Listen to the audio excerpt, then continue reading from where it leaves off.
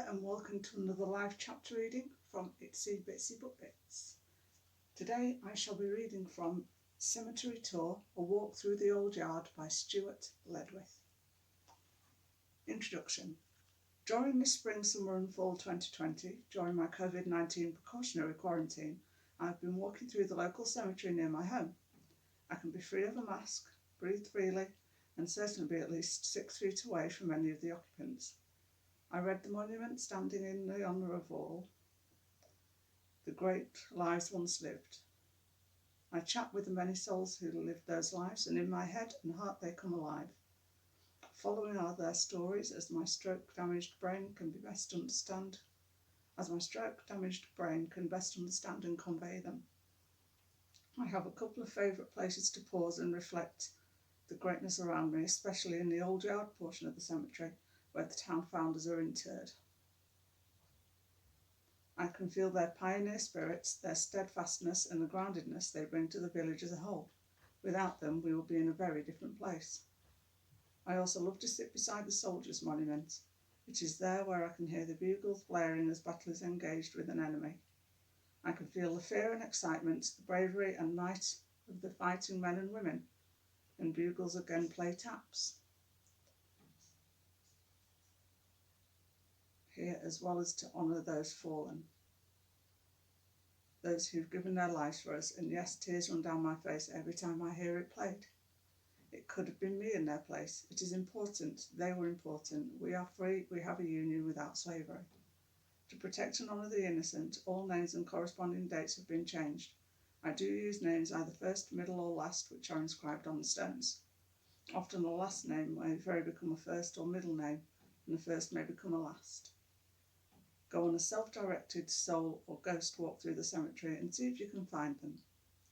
I am certainly inspired by those lying in repose under my trampling feet. Rarely do I stay on the paths. I do, however, stop to rest or just lean on my cane in the shade of the ancient maples, firs and oaks. To see their lives is to see God. Forward. In all likelihood, if you are reading this brief preamble, you have at some point in your life made a visit to a cemetery to visit family members, loved ones or friends.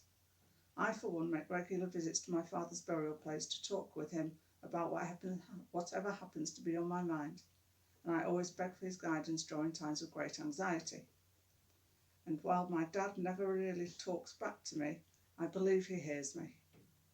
Simply walking through the cemetery during these visits seems to calm my nerves and inspires me to think more deeply about the way I am living life in this world. Contrasting others like me who visit and speak with the souls of the persons we once knew, Stuart Ledwith takes walks in the cemetery to converse with the souls of individuals he has never met.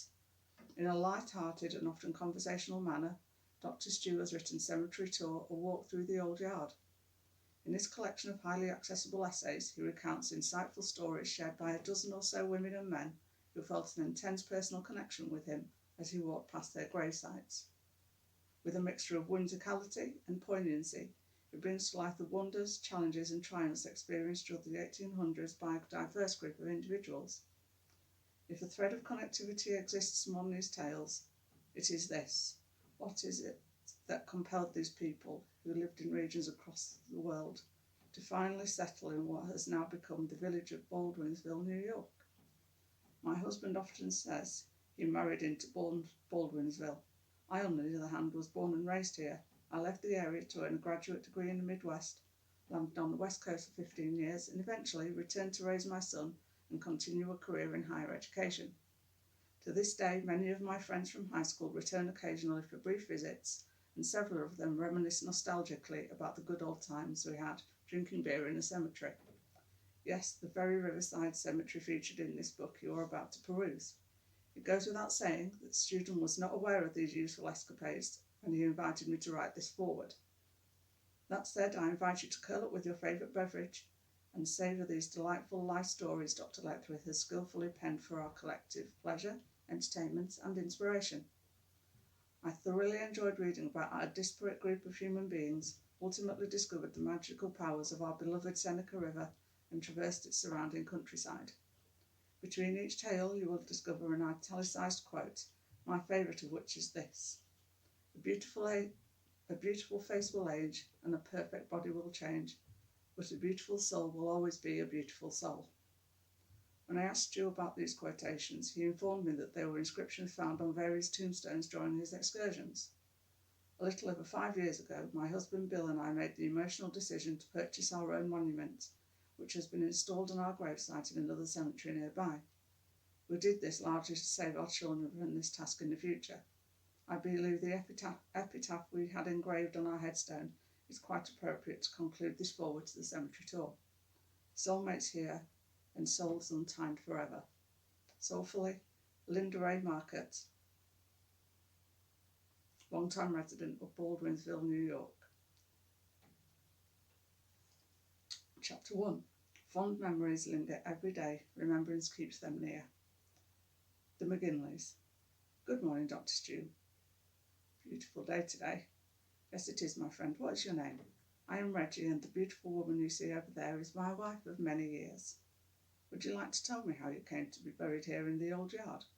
Sure, but why would your readers be wanting to know about a couple such as us? Because, Reggie, you are part of the history that makes this piece of land, this community, a beautiful place. You and your beautiful wife are important to me and my readers. Then get ready to take notes, Dr. Stu. I hope you enjoyed this reading, and if you're interested in hearing the rest of the stories, please go ahead and have a think about getting the book. Thanks very much. Bye-bye.